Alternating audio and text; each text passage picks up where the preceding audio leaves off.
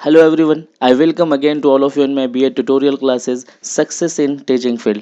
Friends, हम मानते हैं कि हमारा देश जो है एक सदियों तक गुलाम रहा और उस गुलामी की वजह क्या थी? उस गुलामी की वजह पैसा दौलत नहीं था। हमारा देश जो है पूरा का पूरा सोने की चिड़िया कहा जाता था। उस गुलामी या फिर उस क्या कहते हैं गुलामी की वजह क्या थी? वो सिर्फ और सिर्फ क्या थी? वो थी आपका इलिटरेसी यानी कि एजुकेशन। एजुकेशन ही एक ऐसी वजह थी जिसकी वजह से हमारा देश इतनी सदियों तक गुलाम रहा। तो उसी पर आज हम लोग डिस्कस करेंगे। कहते हैं कि education is the most powerful weapon which you can use to change the world. और ये रियलिटी है कि आप अगर कोई क्या कहते हैं जो सबसे बड़ा अच्छा जो है स्किल है आपको क्या कहते हैं पावरफुल बदलने का, दुनिया को बदलने का, तो वो क्या है? आपका आपका सिर्फ और सिर्फ एजुकेशन है। तो एजुकेशन को अगर आपने पावरफुल बना दिया होता हमारे इंडिया ने, तो हमारा देश इतना गुलाम नहीं होता। हम लोग डिस्कस कर रहे हैं बीएड के प्रीवियस ईयर क्वेश्चन जितने भी पूछे गए हैं वो सारे इंपॉर्टेंट क्वेश्चन मैंने उठाए हैं। चाहे आपका यूनिवर्सिटी कॉलेजेस किसी से भी अफिलेटेड हो, ये सारे क्वेश्चन हमेशा टैली करते हैं, हमेशा पूछे जाते हैं। चाइल्ड ग्रोथ डेवलपमेंट के मैंने सारे क्वेश्चन अपलोड करा दिए हैं। आज हम लोग यहाँ पर इस इंपॉर्टेंट क्वेश्चन को हम देखेंगे।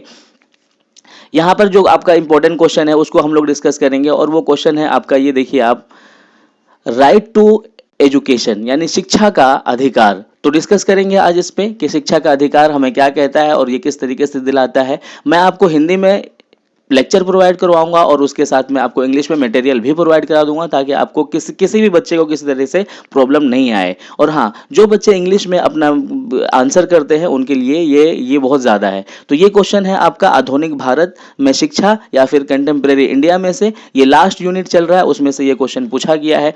तो मैं बात कर रहा था कि क्या सबने अपने अपने आर्टिकल में अपने अधिकारों को मांगा है। वुमेन ने अपने अधिकारों को, लोगों ने अपने अपने जात पात धर्म के अधिकारों को माना है। लेकिन आप ये बताइए कि सबसे बड़ा जो अधिकार होता है वो अधिकार होता है आपका राइट टू एजुकेशन का। तो क्या इसकी किसी ने बात नहीं की? क्या इसको किसी ने अप्लाई करने की बात नहीं की? ये इसकी बात लोगों ने किस तरीके से की, संविधान ने इसको क्या कहा क्या नहीं कहा, वो सारी चीजें अब आज हम लोग यहाँ पर समझेंगे।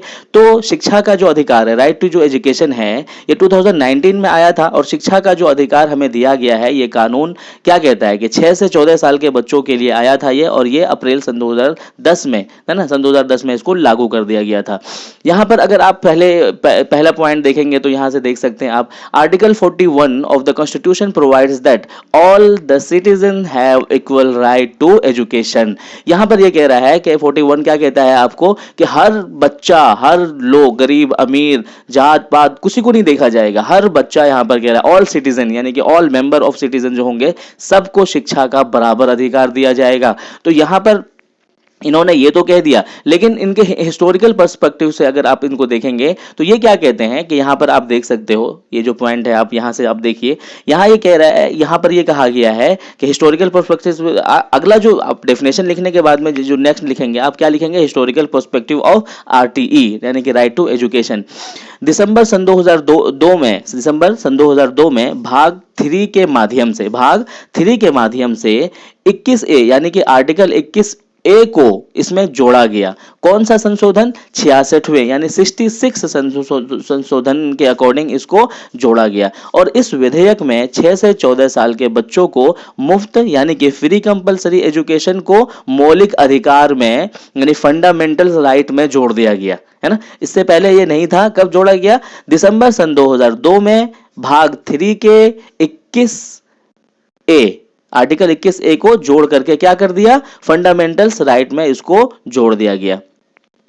और संसद ने 4 अगस्त सन 2009 को इसको मंजूरी दे दी और 1 अप्रैल सन 2010 को इसको लागू कर दिया। ये सारे पॉइंट मैंने यहाँ पर आपको मेंशन कर दिया, देख सकते हैं। 4 अगस्त सन 2009 which described that modification of the importance of the free and compulsory education children between 6 and 14 यानी कि 6 से 14 साल का in India under article 21A of the Indian constitution India become, ये देखो यहाँ पर इंपॉर्टेंट पॉइंट है, India become one of 135 countries to make education fundamental right of every child when the act come into force on 1 अप्रैल सन 2010। इसको कब क्या कहते हैं?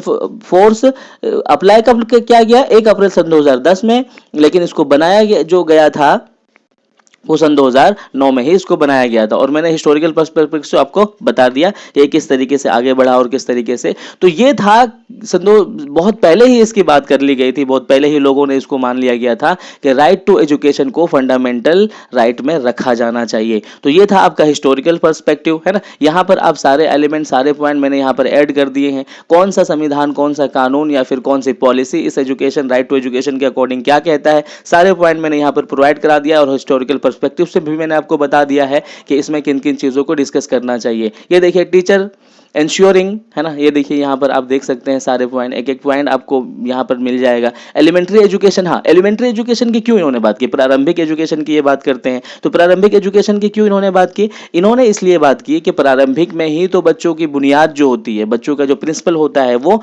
डेवलपमेंट करता है। अगर इसका इंपॉर्टेंस की बात करें तो इसे फ्री एजुकेशन में रखा गया, यानी कि अब बच्चा जो है किसी भी तरह का एडमिशन का, खाने का, पीने का, किसी तरह का भी अब चार्ज नहीं देगा। वो क्या रहेगा, 14 साल तक फ्री रहेगा। अपर प्राइमरी माध्यमिक शिक्षा को प्रावधान दिया गया है इसमें, है ना, यहाँ से यहाँ तक लेकर के 14 साल तक के बच्चों को, अपर प्राइमरी तक को हर एक इलाके में एक स्कूल का प्रावधान दिया गया है ये इसके अकॉर्डिंग, है ना। और पड़ोसी में विद्यालय भी प्राप्त कराने की बात की गई है ना। एलिमेंट्री एजुकेशन की बात इसलिए की गई है कि यहाँ पर बच्चों का जो होता है वो देखने के लिए मिलता है, आपका प्रिंसिपल जो है यहीं से मजबूत होता है।